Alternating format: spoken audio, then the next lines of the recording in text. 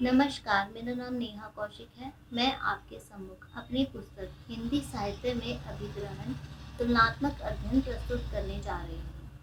सर्वप्रथम मैं सिनोरिना प्रकाशन का हार्दिक धन्यवाद करना चाहती हूँ, जिन्होंने मुझे यह मंच प्रदान किया है।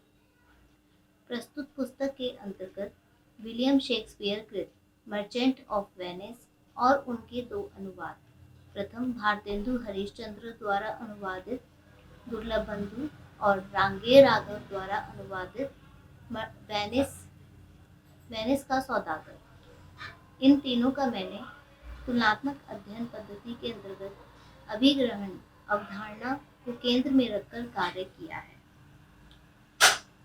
यह वह अवधारणा है जो सीधे के सीधे पाठक से संबंधित होती है।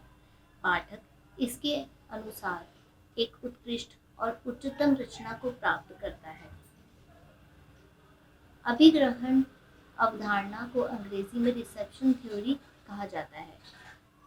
जैसा कि आज के दौर में अनुवाद संपूर्ण विश्व पर अपना वर्चस्व स्थापित कर चुका है और साथ ही इसी के साथ ही अभिग्रहण अवधारणा भी उभर कर सामने आ रही है। अभिग्रहण के प्रमुख चिंतक रॉबर्ट जॉस और वॉल्फगैंग आइसर रहे हैं।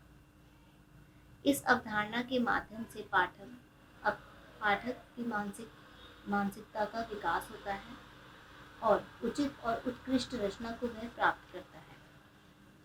प्रस्तुत पुस्तक में अनुवाद और तुलनात्मक अध्ययन पर विस्तार से चर्चा की गई है।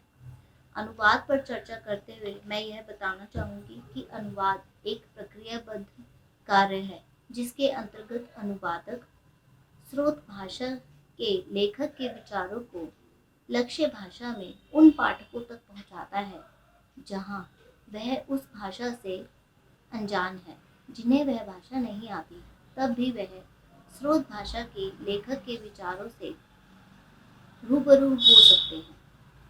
अनुवाद में केवल शब्दों का ही दूसरे पार तक नहीं जाता है, उसके साथ साथ अनुवादक संस्कृति, प्रकृति, वेशभूषा आदि से भी पाठक को परिचित करवाता है।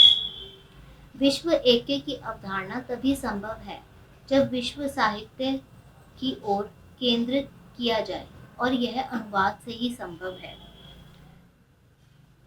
प्रस्तुत पुस्तक के अंतर्गत इस बात पर भी चर्चा की गई है कि विलियम शेक्सपियर के साहित्य का अनुवाद करते समय अनुवादक को किन किन चुनौतियों का सामना करना पड़ा।